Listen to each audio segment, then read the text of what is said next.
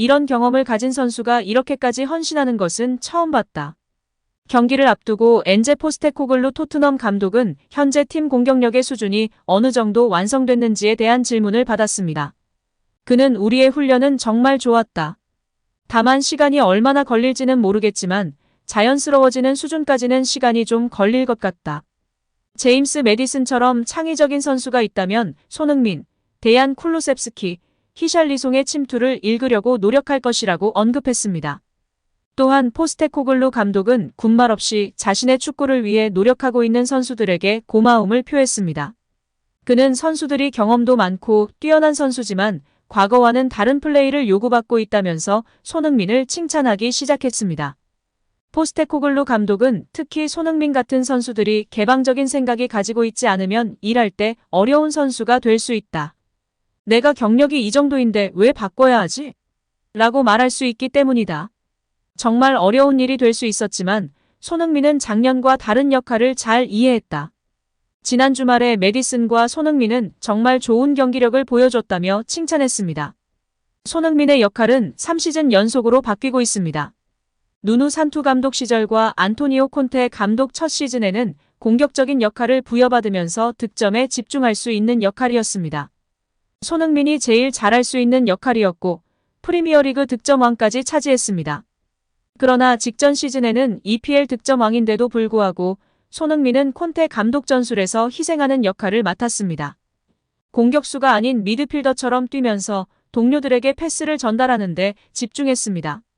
이 과정에서 득점이 과거처럼 나오지 않자 비난을 받기도 했지만 손흥민은 매번 콘테 감독에 대한 존중심만을 보여줬습니다.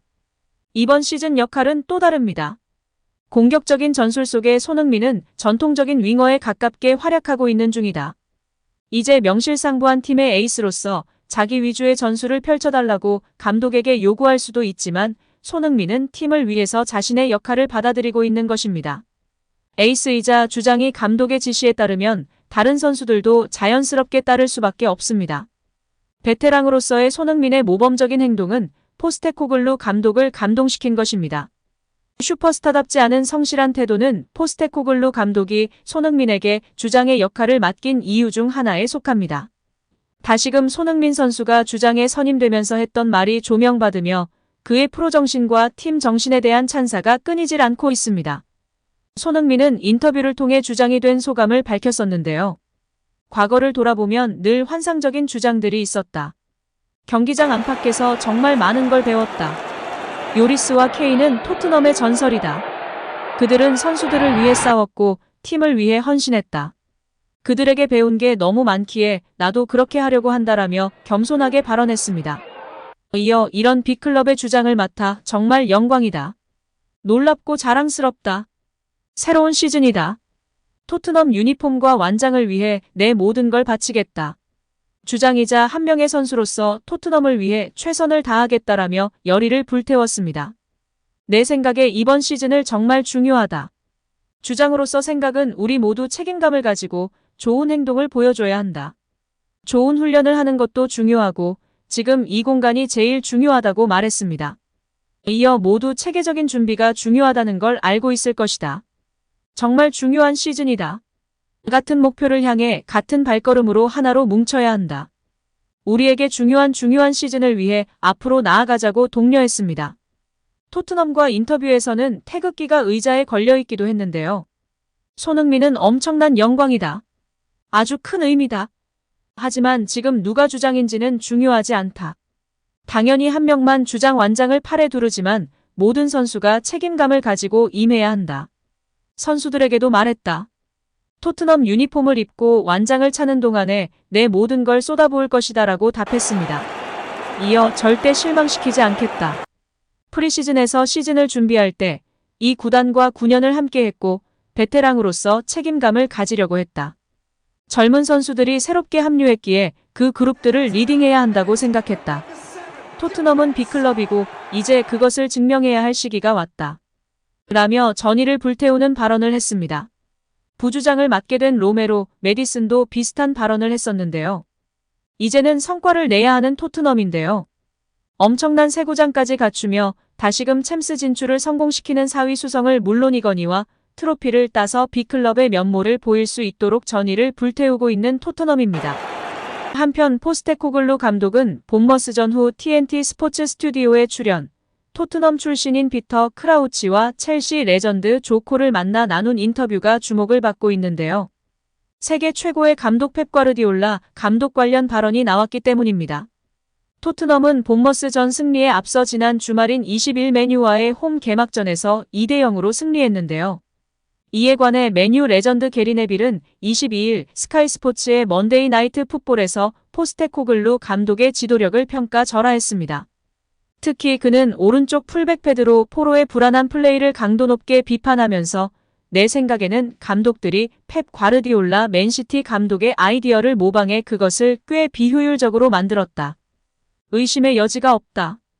위험과 보상 사이의 균형이지만 토트넘은 여기에 적응해야 한다고 꼬집으며 화제가 되었습니다. 이번 본머스전은 전혀 달랐는데요. 좌우 풀백인 데스티니, 우도지와 포로는 동력이었습니다. 그들은 뛰어난 스피드를 앞세워 쉴 새 없이 공수를 넘나들며 윤활유 역할을 했습니다. 그래서 콜이 포스테코글루 감독을 불러놓고 물었습니다.